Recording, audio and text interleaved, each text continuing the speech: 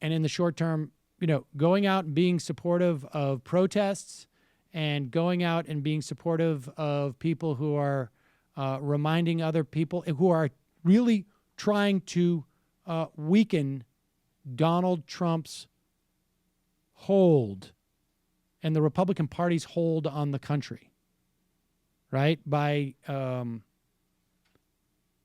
reminding people that Donald Trump did not get the majority of Americans vote. In fact, not only did he not get the majority of Americans vote, another person did. So it's not just he had a plurality. He didn't even win a plurality of the votes.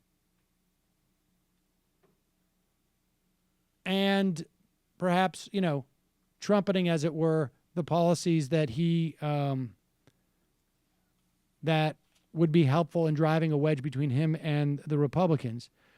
But it's also going out and showing your support for people that he has targeted and letting them know that they're not alone. And if you think that there is really any place that you can do this that is a waste, you're wrong. Here's a video from Royal Oak, Michigan, of middle school students. This is this is unfortunate, but if you have kids over the age of 10 or 11, and maybe even a little bit younger than that, this is a great opportunity for you to say, we don't share the values of Donald Trump. And that these kids, and I find the most effective way to make kids feel a little bit safer, particularly in situations where you can't actually make them feel safe, is to make them feel like they can actually make a difference, that you give them a task and an agenda, because the subtext of saying you can do X, Y, or Z is that they actually have some measure of control, and that it's whatever it is you're going to be facing is not so insurmountable. But if you have kids, you can tell them that if you ever see a situation where people are repeating Donald Trump stuff or intimidating other people who are more vulnerable to these type of attacks, that you can go up and help these people by sitting next to them in the cafeteria, or, just tell them you got their back. I mean, you watch something like this, and knowing that there are kids in this school, Latino kids, who are dealing with this stuff.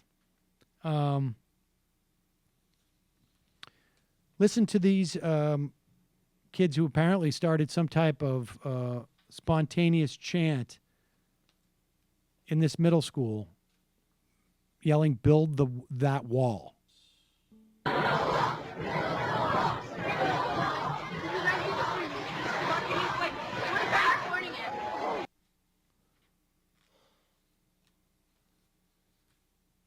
It's just a cafeteria full of kids chanting that.